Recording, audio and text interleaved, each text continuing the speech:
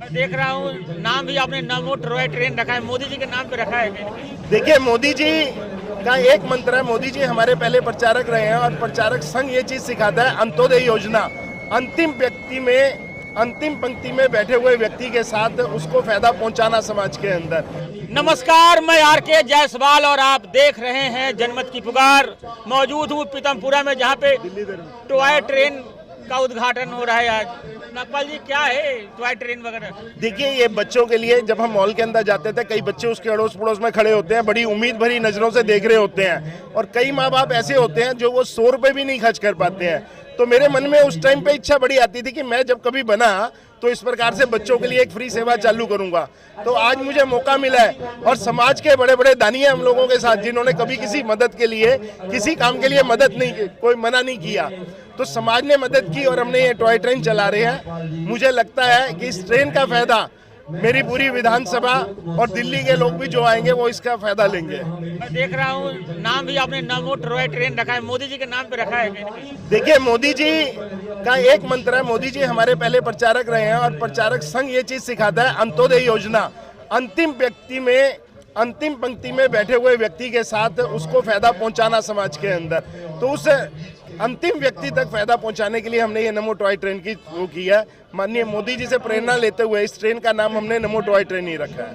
Fund वगैरह मिल रहा है, आप लोग काम वगैरह हो रहा है? देखिए, स्टैंडिंग कमेटी की प्रॉब्लम होने के कारण हमें फंड की तो बहुत बड़ी दिक्कत है। काम तो बहुत सारे रुके हुए हैं, पर अधिकारियों का, कमिश्नर साहब का, इन सबका सहयोग बहुत रहता है कि ये लोग काम करने में कोई कमी नहीं करते हैं।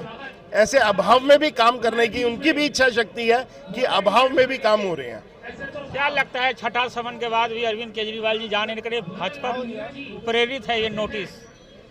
देखिए, अरविंद केजरीवाल जी 1001% जेल जाएंगे और ये मेयर भी जेल जाएगी। आपको दो विषय में बताता हूँ बड़े सिंपल भाषा में। अरविंद केजरीवाल जी अपने आप को इनकम टैक्स का कमिश्नर बताते हैं।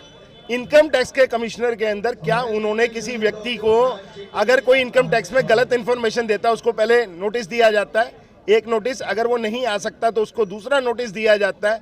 नहीं आता तो उसके, अगर वो इन्फॉर्मेशन भी नहीं देता तो उसके वारंट इशू किए जाते हैं। ये अरविंद केजरीवाल जी को बड़े अच्छे से पता है, और वारंट के ऊपर उस व्यक्ति को गिरफ्तार कर उससे इनकम टैक्स की रिकवरी ली जाती है और पेनल्टी की जाती है। ये तो बड़ी सिंपल सी बात है।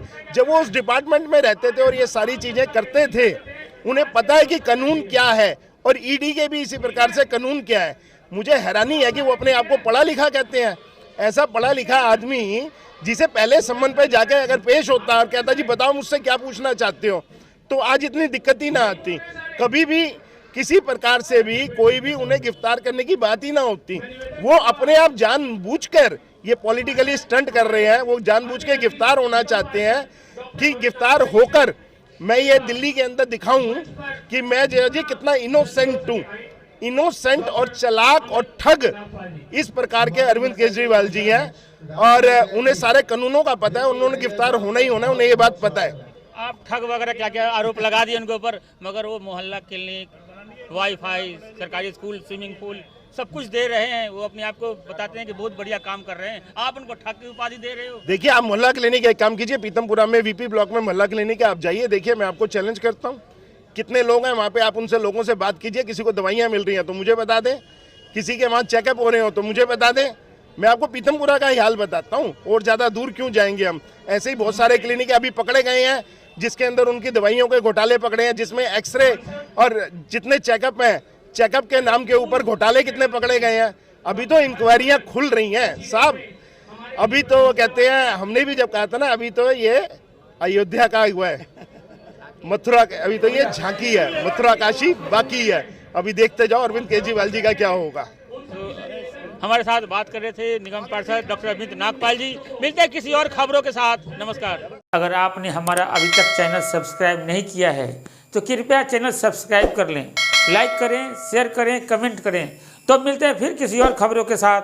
नमस्कार।